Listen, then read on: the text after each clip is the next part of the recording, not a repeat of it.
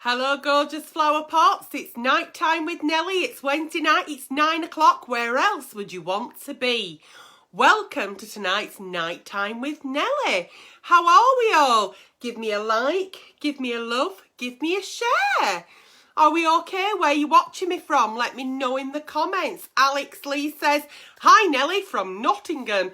Connor Judge says, I should be in the bath. Is he in the bath? He's usually in the bath. Hello, Patty Meyer. Hello, Nicola Holm and Adele Milne. Hello, my sweetheart. How are we all doing? Katie Stokes. Hello.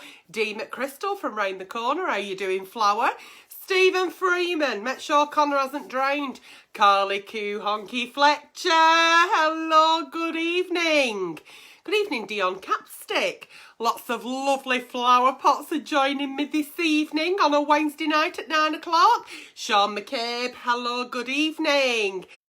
Oh, I bet Sam Charles is in bath. He's had his hair done. He's all happy.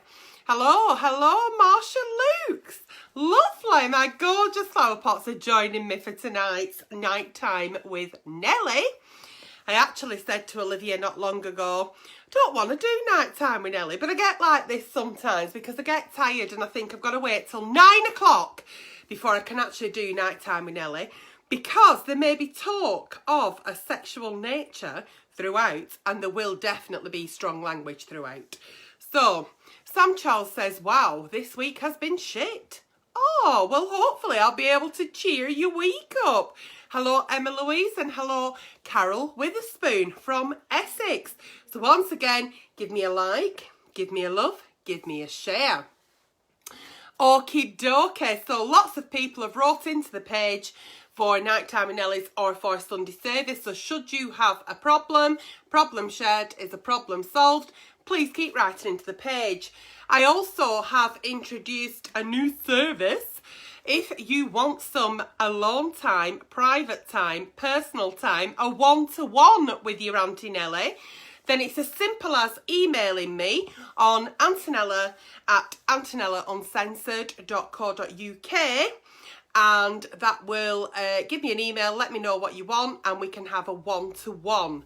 So on Sunday service, lots of lovely people commented with alone time, and I'm going to be choosing a lucky person who wins the very first one-to-one with their Auntie Nelly. And it can be anything. It could be a problem that you want to talk about with me. It could also be me joining one of your quiz nights virtually. It could be a Zoom call. It could be me giving you I don't know, lessons in love, lessons in life. That's where I taught all my life lessons at the University of Life. So on a Wednesday, what do? Shannon Tomyer across the pond. We read out some Dear Auntie Nellies. They're completely anonymous, so don't be worried about writing into the page. And I have no idea what I'm going to read until I read them. So I've had a lovely day today. I went to the hairdressers and had my roots done. And I'm telling you, I absolutely love any colour of hair, but you do not get a shine or a gloss like you do being brunette. So I'm beyond excited going back brunette. I wasn't quite ready to embrace the grey. So what have we got here? Nelly, give me a 23rd birthday shout out, says Megan Sage Jones.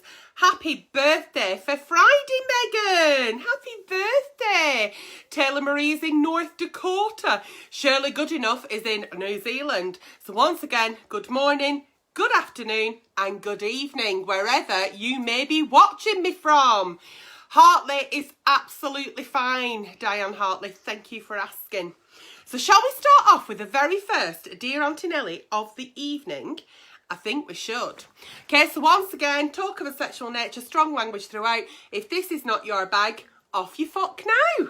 Okie dokie. So I've got a nice pillow shoved up my back because my back's giving me a bit of jip. But here we go. Dear Auntie Nelly, the other night my boyfriend left his mobile behind when he went to football training. I started going through his texts. Big mistake. Huge. Felt like Julia Roberts then in Pretty Woman.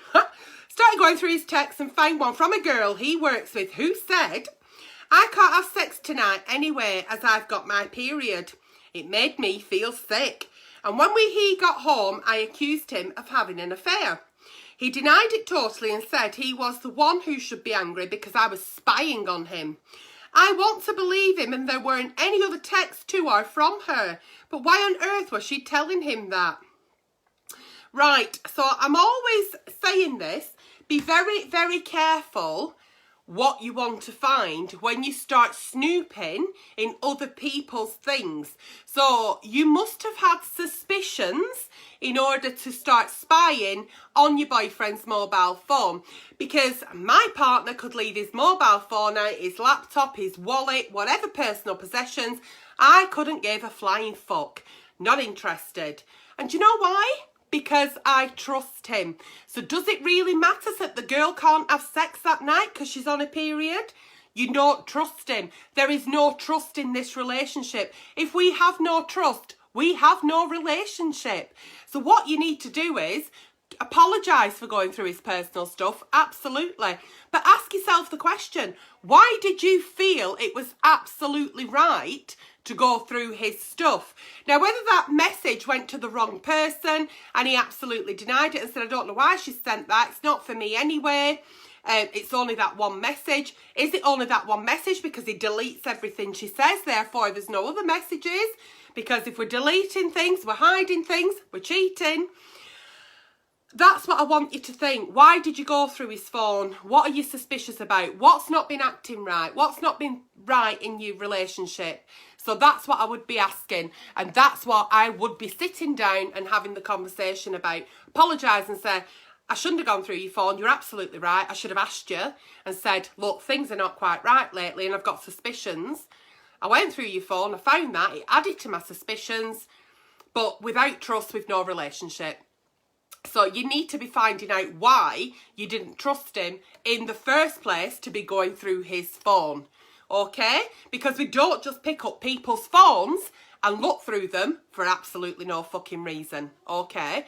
Because we should never ever do that. We should be allowed some sort of privacy in our own home, okay? So I think you've had your suspicions and that prompted you to check his phone and you didn't like what you found.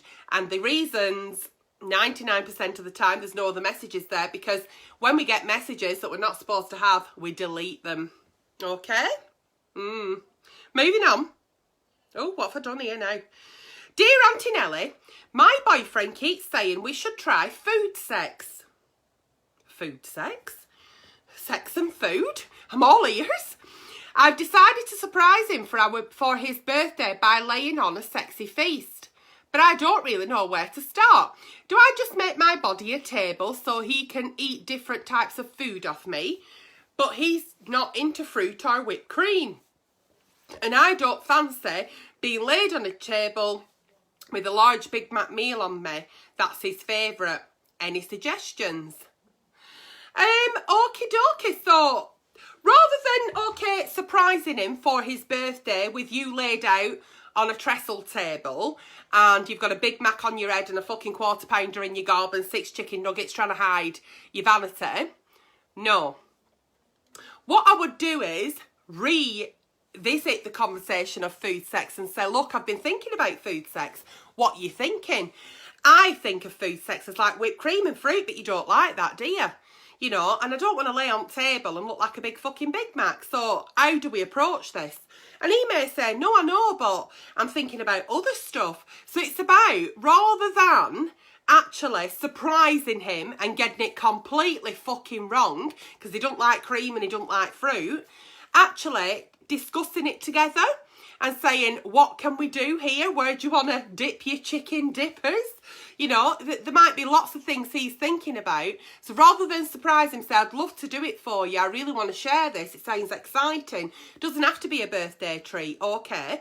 It can be something that you just do in your relationship because you both enjoy it and it's a bit different. So it's about experimenting. And it's also about, before we surprise partners with new things or we think they're going to like something, we can't really surprise partners with things we've never done before because we need to know our boundaries. So we need to know that it's okay to shove a jumbo sausage up his ass. Or is it not? So we need to discuss that. We really do. I mean, food sex? What we're talking here? You know what I mean? What are we actually talking? A big fuck off salami up your ass while I smother myself in a tell of chocolate spread, get too busy eating it and forget about you? Do you know what I mean? So it's about saying, yeah, absolutely, love something like this. How do we do it? When are we going to do it? And what are our boundaries? So, and I say that to anybody, before we do anything that's new in the bedroom, we all need to discuss it together as to our boundaries and what's acceptable and what's not acceptable. And have fun with it. Make sure that it's not a serious thing. It's not going to be like the porn films. It's not going to be like the Hollywood blockbusters. It's got to be between you, but it's got to be a lot of fun, okay? So enjoy it. And all I'd say is, do not be taking a pack of fucking digestive biscuits in your bed because you can't get the fucking crumbs out. And that takes away all the fucking sexiness. Okay? Moving on. Dear... Excuse me. Thinking about salami up someone's ass and I've started joking. Hang on. Don't use one of them fucking chorizos, it'll dye your arsehole. Dear Auntie Nelly, I'm having sex with my best mate's mum. Ooh. It happened when my wife threw me out and I had nowhere to go. Oh, that old fucking chestnut. I've always fancied her. Well, we have all except my mate, obviously, because that's his mum. She's 54 now and we are 34, but she is fit. No one knows, only us, and everyone thinks I'm her lodger. But we cuddle up, watch TV together, sleep in the same bed, have breakfast, cook dinner, and I am scared that I am falling in love with her. But we don't know how to tell my mate. We have all been best mates since we were 3 at nursery. Please help.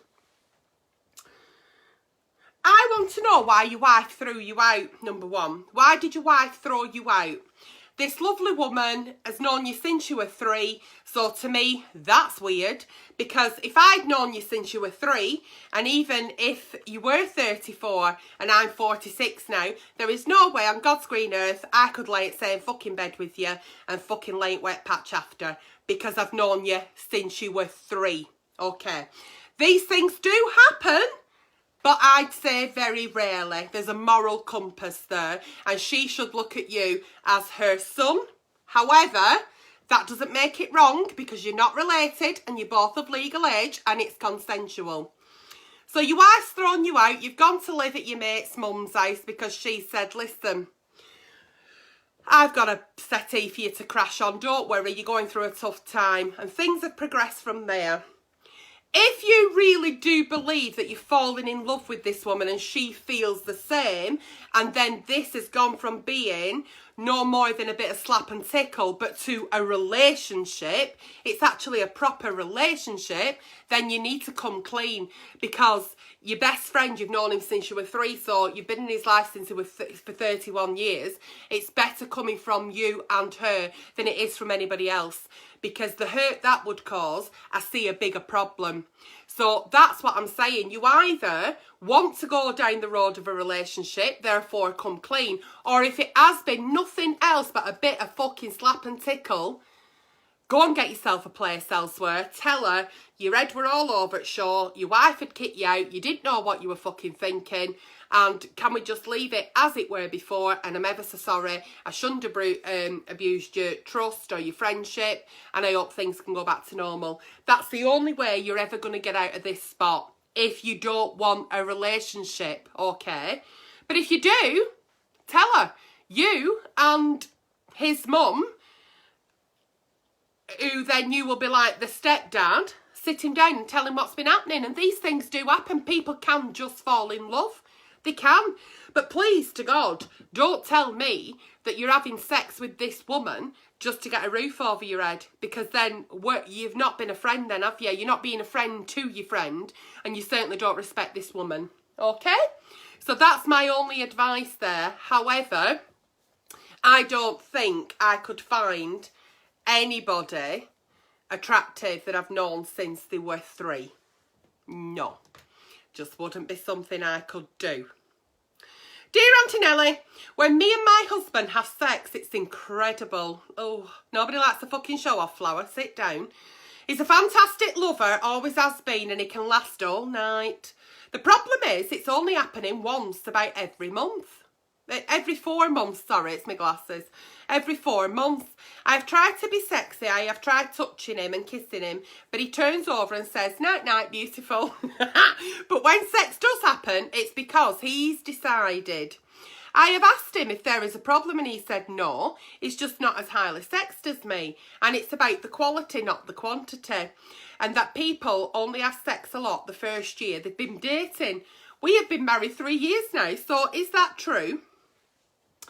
There's no right way and wrong way to say this, only that it is about quality, not quantity. It is about the quality. However, it is really nice when you're washing up and you've just put some fairy on your sponge and you're just going round that glass and he comes in behind you, whaps up your dress, rips your knickers down and slips it right in, 2 seconds in, bum bum, done, out. Nothing nicer than that, a nice bit of a surprise, eh? Bit extra bubbles from the furry. That's nice as well. So it sounds to me like there's not a lot of variety. Seems to be every 4 months he thinks, right, tonight I'm going to do something really special, which is also lovely. But what about the bits in between? Now, when somebody's saying to you, well, I'm not as highly sexed as you, that's fine. You've got to find a compromise. But if he's not as highly sexed as you, meaning he can't maintain an erection, he can't get an erection, he doesn't feel very sexy, but you do, and you're trying it, because the thing is, what we do as women is, we will try to make that first move. If we're rejected, we'll never do it again, ever. So what is wrong with him kissing you and caressing you, maybe using a sex toy on you, maybe giving you a nice little Kit Kat? You know, just because we're not feeling completely tickety-boo, it doesn't mean to say that we can't see to our partner's needs. Because if we start having to masturbate more than we're having sex in a relationship, there isn't really any intimacy in that relationship, and therefore we start looking for it elsewhere. So have that conversation, hashtag kitchen table, get him to kitchen table and say, listen, it is about the quality of the sex, and it's fucking amazing when we have sex, but all the bits in between, I'm not understanding it. You're not as highly sexed. That doesn't mean to say that you can't finger me. Kiss me at night or give me a quick finger. It doesn't mean to say that our partner can't still see to our needs and desires. It doesn't. And, you know, there may be a bigger picture going on here. Maybe he does have a few issues. Maybe, you know, physical problems, mental problems, stress, work, money, whatever it may be. But you need to discuss it. And rather than saying, listen, I've asked you, you said there's not a problem, so what is the fucking problem? Because I feel like there is a problem. And if this was to continue, I will be looking elsewhere. Because we're humans, it's human nature, we can't help it. This is how affairs happen, this is how people cheat on people. Even the best people in the world, without a will and a way, that's what we do. Because we need that fix. That attraction. We need to feel wanted. We need to feel satisfied. And if we're not getting it at home, we're going to get it elsewhere. So I would certainly sit him down and explain that to him. Maybe don't go in on the sledgehammer approach. Maybe do it softly. But yes, certainly. You're having sex every 4 months. Fantastic. But what about the 3 months in between? Okay? Can you find some sort of compromise? And if he's just not as highly sexed as you, doesn't mean to say he can't kiss you and finger you. Really doesn't. Or lick you, or stick a plastic toy up you. He can do lots of things that don't involve him actually having to partake in the penetration to make sure that you're still satisfied. Okay? And if he's not willing to satisfy you, there's plenty of fucking people out there who will. So, and I think sometimes men forget that. I think men forget that there are people ready to step into their shoes quite quickly. Dear Auntie Nelly, happy birthday. Happy birthday? It's not my birthday. It's my birthday on 19th of March. I have been with my boyfriend for 2 months. He's 23 and I'm 28. We are gay men. It is his first relationship and it's going well, except for the bedroom. You see, he likes to penetrate me and I like to penetrate him. But we can't both penetrate each other, so one of us is usually left frustrated, as we now take it in turns. It was never like this with my ex, as he was a bottom and I was a top. I don't know what to do, as we are both tops. What can we do? Have you thought about a double-ended dildo? You know, have you thought about the fact that you can both have lots of sexual pleasure in your anal passages while still having a lovely sexual experience? Maybe still taking it in turns to do your tops. So maybe he does it on a Tuesday, you do it on a Thursday, and every other time you use a double-ended dildo, then you're both getting that fulfillment and satisfaction from anal penetration. Have you thought about that? Is that something that maybe could work? I mean, you could sit across from each other and both bounce on a dildo and wank each other off. There's lots and lots of things that you can do in order for you to both be satisfied. However, you do need to find that compromise, because once again, as per my last advice then, if we start feeling like we're not enjoying sex, we're not satisfied, it's becoming a little bit frustrated, we do look elsewhere. It's human nature, it's what we do. If we're not being satisfied sexually, we will go and get it elsewhere. And why not? Because sex is so good and it's so enjoyable and it's so lovely, then why wouldn't we? So I think the fact that you're both tops, it just is what it is. But there's plenty of things you can still be doing in that bedroom during your sex that can still give you both great satisfaction and pleasure. So maybe you're just being a little bit pessimistic on, well, what do we do now? There's lots of things you can do. Maybe look at a few different manuals, have a look at a bit of gay porn, have a look at some sex toys. It can be quite a fun thing to do as a couple. It really can. I mean, looking through sex toys, the excitement of it, talking about it, when's it going to come, how we're going to do it, you know, and introducing things that is going to make your sex life more pleasurable and much more satisfying for you both. Okay. Yeah? Okay. Wasn't that long ago actually that I found out about tops and bottoms. But now I know, Leah Russell, don't I? Yeah. There we go. Hello, dear Auntie Nelly. Hello. My wife and I have been together for 22 years. Fucking hell, gold trophy to you. We got into swinging a year after we married. Oh Christ, 21 years. I love seeing her with other guys. It was amazing. It has been, what? I love seeing her with other guys. It was an amazing time. I still have a very high sex drive and I find my wife very sexy. But these days, she never wants sex. It is always me who starts it. She never comes to me. Last month, I found a sex toy in her bedroom door. So, I set a spy cam up. Oh, for fuck's sake. We've had something like this before. And I see her using her sex toy when I'm in the shower. I guess that I don't turn her on anymore, but when I watch her, I feel horny, so I wank in the shower. So she's wanking in the bedroom and I'm wanking in the shower. She says she loves me, but it's left to her. We can go months without sex. I have had other offers of sex from other women, but I love my wife so much I don't want to do this. But I think if it goes on any longer, I might. Oh, what a good dear Auntie Nelly there that just shows you that if you're not sexually satisfied at home, there are other people out there who will sexually satisfy you. And your head can be turned if we're not ticking all the boxes. Now, you've been swingers for 21 years and all of a sudden it's stopped. I don't know your age, it's anonymous. Is your wife okay? Is she going through the menopause? Has she got some sort of medical history where it's affecting her sex life? Where do we go from here? I know that you've said to your wife, well, I love you and I'd like more sex, but have you actually told her why? Has she actually told you why she no longer feels like it? Sounds to me like there's been a communication breakdown and the swinging thing didn't even need to be in that, dear Auntie Nelly. It's irrelevant. You've got a couple who've been married here for 22 years and there's a reason why she's not wanting to have sex with you.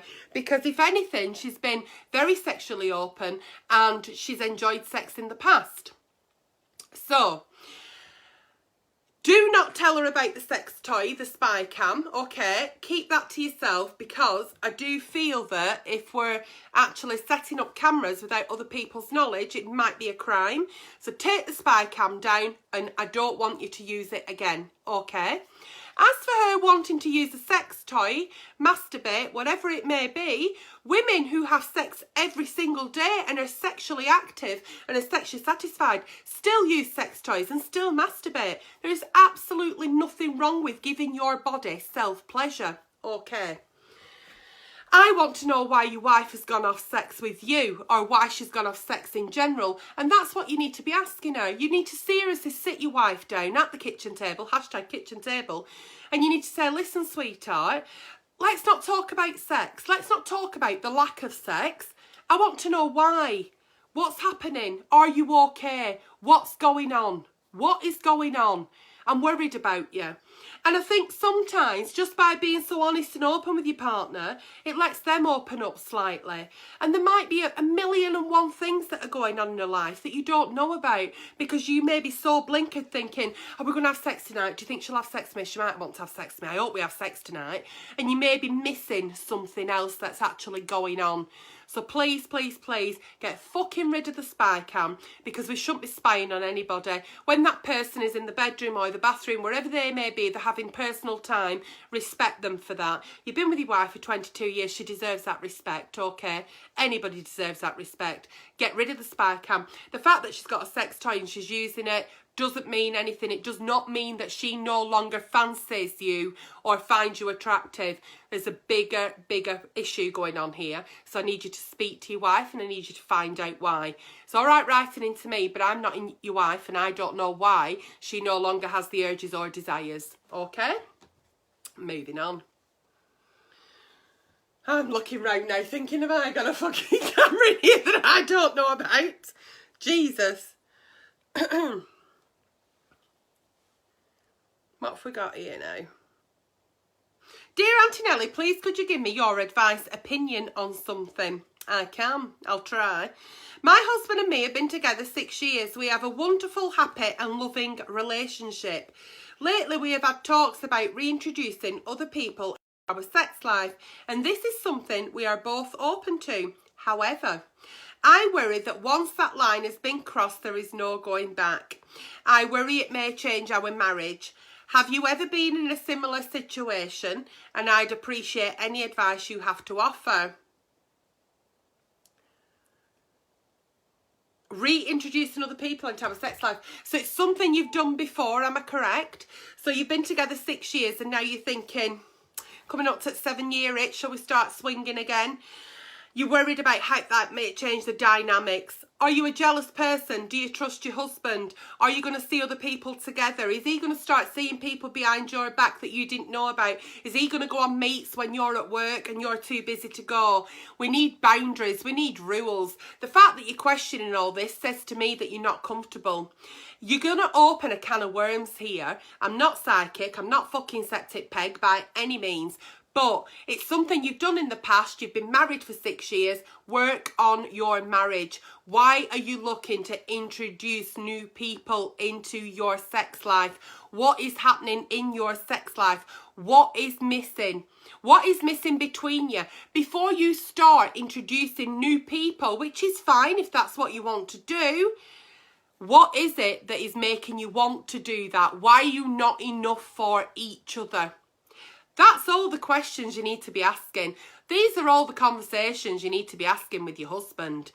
Now, I don't believe that swinging would be the right way for me to have a relationship. When I'm in a relationship with my partner, it's just me and him. And if he said, I'm thinking about maybe having an open relationship or swinging, he would not be the man for me. There's the door, off you fuck through it. Not for me. So I need you to ask yourselves all these questions. I need you to really, really strongly communicate that, you know, how this will change. How's it going to happen? What are the boundaries you're going to set? But all these questions you're asking me, there'll be a million other questions in your head. You're not comfortable with it, and he needs to know that. And then if that's something that he wants to pursue, it may be the end of your relationship, and that's something else you may have to face. But even so, if you do it, that also may bring the relationship to a close anyway. So good luck with that, but certainly communication is key. Whose idea was it? Was it his? Was it yours? Was it both of yous together? What's the problem? Why will somebody else make the marriage better, make the sex life better? Why? So ask yourself all those questions. Moving on.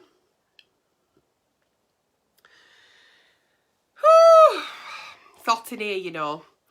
Hello, Nelly, I have a problem. Me and my husband haven't yet been married a year, and already our sex life has vanished. Oh, Christ. It isn't him, it's me. I've lost my sex drive completely.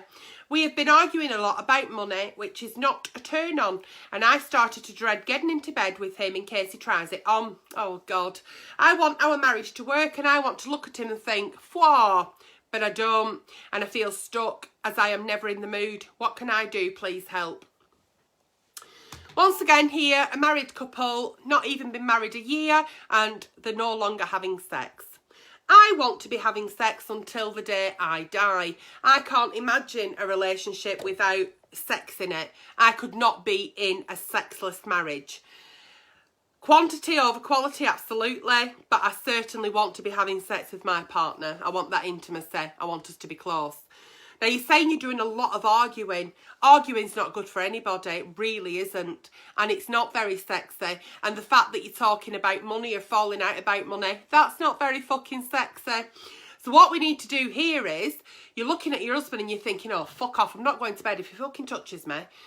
Because you're in a bad mood, because you're mad, because you're thinking about all other things. So you need to set aside a day in the week or a day at the weekend where it's just you two, whether it be date night, you go out, you go for a walk, you cook a meal, whatever it may be, where you don't talk about your money problems, where you don't talk about any problems, you just talk about you two and what it was in the first instance that got you together. What was it? What attracted you both to each other? And try and get that back firstly. Now, that might not mean that you're going to jump into bed straight away together and he's going to penetrate you and it's going to be wonderful. But it might mean that you start opening up a little bit more to each other. You're feeling a little bit more intimate. And with that intimacy comes a little bit more of a loving feeling towards each other. And you may fall in love again, because I think you're out of love at the moment because of all the arguing. And tell him, say, I'm frightened of coming to bed at night because I don't want you to touch me because I've got all this stuff going round in my fucking head and I need to we need to stop it. So tell him that, you know, communication here is key, and tell him exactly how you're feeling. And it's so important for couples to communicate everything. I've had lots of relationships break down because I've not been the best communicator. I've had lots of relationships break down because I can't stand the fucking sight of them. But it's about communicating. Had I have communicated things better a long time ago, I might still be in those relationships. Who knows? So if you really do believe that you want to be in this relationship, you've not been married a year yet, and things are hard. Relationships are one of the hardest jobs you'll ever have to have after parenting. I always say that. Every day you've got to put the effort in. Every fucking single day. Whether it's good morning, how you feeling, good night, I love you, how's your day going, whatever, it's effort every single day. Whether it's going well or not, it's effort. You've got to put the effort in. Just because you're married, it doesn't mean to say that it's not going to be hard work. So that's what you've got to do. Communicate, communicate, communicate. And money problems, yeah, everybody has money problems. Everybody has problems in marriages.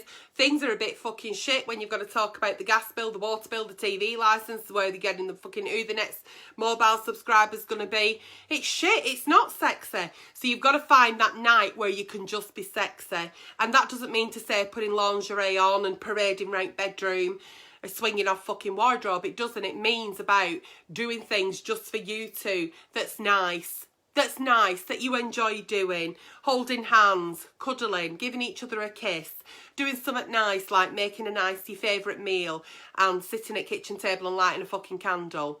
But do something for each other, okay, that will make you feel more as one. Stop being at loggerheads. You've got to do this together. When you're together in a relationship, together in a marriage, whatever it may be, then you've got to recognise you're a partnership, so you've got to face things together. So rather than arguing, try and find a solution.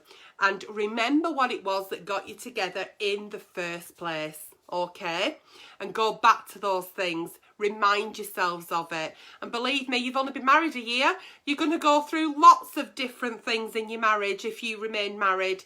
You know, it's not all hearts and flowers. It's fucking hard work. And you've got to take the rough with the smooth, and you've got to try and think, is it worth it? I think it is. So communicate with your husband, and fingers crossed, everything starts falling into place for you. Can I just say, there's quite a few of you on here thinking I'm no longer engaged. I am an engaged lady. I'm a very happy engaged lady. And the camera, when I go live, is on a flip screen. So that's actually my left hand. Okay? So yes, it's on reverse camera, and I am still a very happily engaged lady. It's my gorgeous, gorgeous fiance, who I am going to go and see on Friday. I'm very excited. Fizzy knickers, fizzy knickers. Right, now then, dear Antonella, full name, oh, my mum's wrote in. My problem is that I'm 22-year-old and was recently found out my partner of 2 years was cheating on me. He was messaging other girls via a porn site and Messenger. I am devastated. We were in such a good place and making plans for our future. It's been nearly 3 weeks now and I still can't stop crying. I'm still in shock, or maybe I'm just coping really well, but I'm not, I tell people. What do? I ended the relationship with him overnight, but I don't know if I made the right choice. Oh, I'm right. Oh, I'm having a menopausal moment. So what I would say there is, you're 22. 22. You're like a little duck, a little flower duckling. You're no age. You're 22. And to be cheated on at such a young age, do you know what? Do you know what? Ain't that lovely? Because every relationship we have, everybody we meet in life, it's all a lesson. Every day is a fucking school day, okay? You're 22, you find out your partner was cheating, whether it be on porn sites, messaging or whatever, he's doing stuff with other people, you're not comfortable with it, you've ended the relationship. You've done the right fucking thing because you're 22, you've got the rest of your life in front of you. You haven't made a rash decision. However, I do tell a lot of people not to make any rash decisions, especially in lockdown, because nothing's normal. But I think you've done the right thing. You're 22 years old, sweetheart. You've got rid of him. Off he's fucked. You're now able to be single at 22. Oh, God only. Oh, what I'd give for that. And you can go out with people. You can remain single. You can't make a future for the rest of your life at 22. You think you can because you think you know everything at 22. You're like fucking Google. But believe me, I'm sat here at 46 and I still don't know it. So how can you at 22? I still don't know what I want for my future. So how do you? Believe me, it was lust, it wasn't love. Your true love will come and they won't cheat on you and they won't make you cry. So you've spent all this time crying over somebody. Why are you crying for mine? Because he cheated on you. It's his loss, sweetheart. It's not yours. It says more about him than it does you.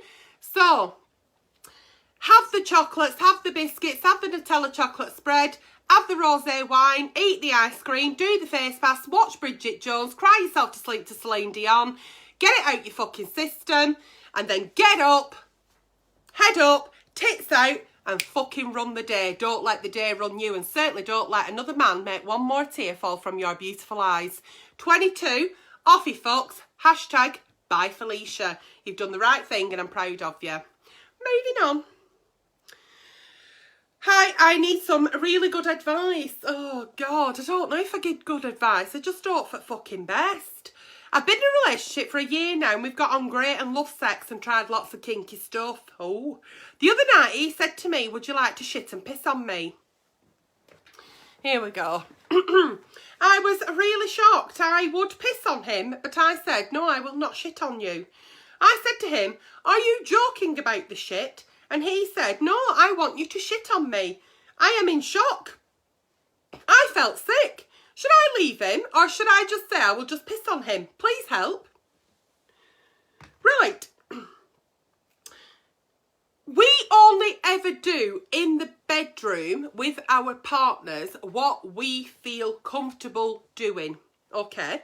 So if somebody said to me, Nelly, do you want to piss on me? Not really, Flower. However, there could be a chance during our lovemaking where I might slightly piss but pretend I've squirted. Not because I'm kinky, just because I've got mixed incontinence. As for shitting on you, that's not my bag. Now, how long have you been in this relationship? And is it something he can live without? That's the conversation I'd be having and saying, listen, I've no fucking problem about you wanting someone to shit on you, but it ain't going to be me. Can you be in a relationship with somebody that won't shit on you? Or is it something you're going to be paying for behind my back? Or am I putting you off having a relationship because you're not feeling fully satisfied and sexually happy? Because if that's what he wants and you can't do it, he's going to start looking elsewhere, or his sex life's not going to feel complete. Okay, so that's what I would be asking. That is a serious, besides joking about the shit and whatever, that is a serious conversation. If we can't fulfill our partner's sexual desires, can they really go without it? Or do they need somebody who can? Because that's not you. Because you've said, well, I'll piss on you. Should I piss on him? Or, well, do you want to piss on him? Only piss on him if you feel that, you know, that's water sports is something you're comfortable with. Buy a rubber sheet. Go and fucking piss all over him. Have a cracking night. But if you're only doing it thinking, well, I'll have to come to a compromise, otherwise he'll not go out with me, then it's a no. Then don't do it. Don't ever do anything that you don't feel comfortable with, because it's not consensual then. We should never do anything for anybody that we don't feel comfortable doing. Okay? So you asked him the question and he said, yes, I'm serious. Is he serious? Can he go in a relationship? Maybe it goes on another month. Before you know it, you've been together 3 years. And all he ever wanted was you to shit on him, and he's wasted your fucking time, and then he's quit you because he's found somebody who will shit on him, and you could have been happily married now with 3 kids. And that's what you've got to do. You've got to absolutely stop it there and then. When things like this happen, you've got to think, hang on a minute. If I don't shit on him, does he want somebody to shit on him? Is he going to be going to these backstreet birds here and paying fucking 180 quid for somebody to fucking shit on him? Do you know what I mean? What's going to happen here? What kind of kinky fetish do we find acceptable? And it's once again about communicating with your partner and going through boundaries, okay? So as for water sports, as for Roman showers, which is when you vomit on each other, and as for anything scat, you really do need to have that conversation, because where's it going to go from there? Once shitting has got boring, what's he going to want you to do next? Yeah? Okay. I mean, I don't know, you'd go on with me. I'm on that many painkillers at the minute. I'm fucking constipated. You'd have to fucking buy a truckload of fucking senna for me. Christ. Hello, hon.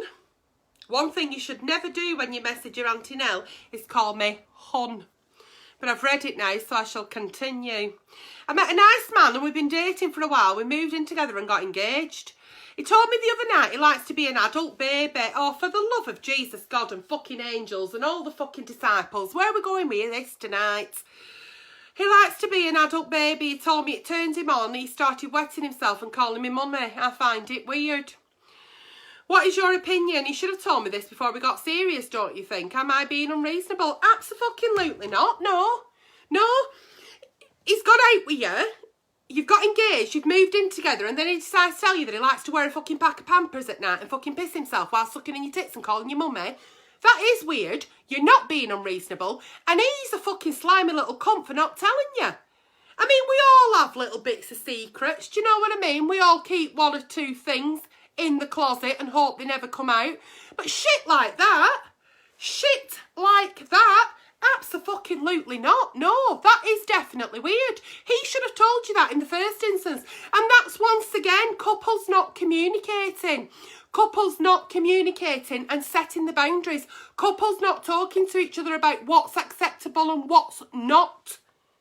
It is not acceptable for you to lie on bed, shit your nappy and expect me to fucking put a baby wipe on you, you know, and then put you in my arms and have you fucking sucking on my tits like you're breastfeeding.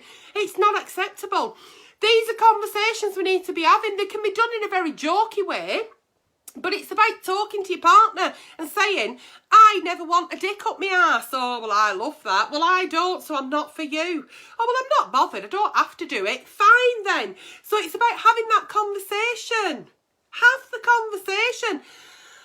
I'm not kinky like that. No, I'm not. Don't ever slap me ass because I'll fucking knock you clean out. You know, or, oh yeah, I don't mind a bit of a smack on arse. That's fine. And, I mean, nobody'd ever try and strangle me because I'm asthmatic. You know, it's about knowing all these different things that can be taken to the extreme. And by the time you've lived with them and you've got a ring on your finger, it doesn't mean to say that you can't give him his ring back and you can't shut the front door behind you and off you fuck. Doesn't mean that, does it? Doesn't mean that you've been married for 30 years and all of a sudden your husband asks something completely unreasonable or your wife does and you think, no, that's not for me. Well, I really want that. Well, I'm sorry then, we've got to call it a day. You know, it doesn't matter. You know, are you being unreasonable? Should he have told you before? Absolutely. But we need to be having the conversations. It's a 50-50 thing, this communication, and we need to be asking our prospective partners, people we're going to be moving in with, is there something weird going to be happening in this bedroom? Don't spring anything on me. So I think it's really unfair that he sprung on you at the last minute. You know, when you've moved in, you're engaged. Actually, I like to be an adult baby. I think that's really unreasonable, yeah. However, sit down and have the conversation and say, what do you actually mean? Because I'm not comfortable with that. But if you want to be an adult baby, that's okay. I won't judge you. It's just that you're going to have to find somebody else to change your nappy and who'll let you suck on her tits and pretend it's milk and call her mummy. End of. You've got to be straight about these things. He's no shame in telling you, so you should have no shame in telling him exactly what's acceptable and what's not. I don't know what to say about tonight's night time with Nelly. It's absolutely floored me. Do you know what? I did an interview for a magazine the other day and they said to me, I bet you've heard it all. I said, do you know what? I go live on a Wednesday night or I go live on a Sunday. I said, and just when I think I've fucking heard it all, I said, oh no. I said, my flower pots, God bless them. I said, they can pull another one out the bag. I said, so, and they were like, well, what kind of things? If I'd have known that, can you imagine what she'd have thought when I said, well, one wanted to fucking piss and shit on her, the other one wanted to be a fucking adult baby. And no, I don't make them up. People do really write into the page and they really are anonymous. Anyway, that's been tonight's Nighttime with Nelly. If you've enjoyed it, give me a like, give me a love, give me a share. Please, please, please keep writing into the page. Without the Dear Auntie Nellies, then there's no Nighttime with Nelly. Whew, I'm going to go now and sponge myself down and try and take some paracetamol for this menopausal moment. But I'll see you soon, very soon, with a new review, because reviews is what I do. I buy and try so you don't have to. And if I don't see you on a Wednesday night, I'll see you on Sunday at Sunday service. God bless you all, and I'll see you all very, very soon.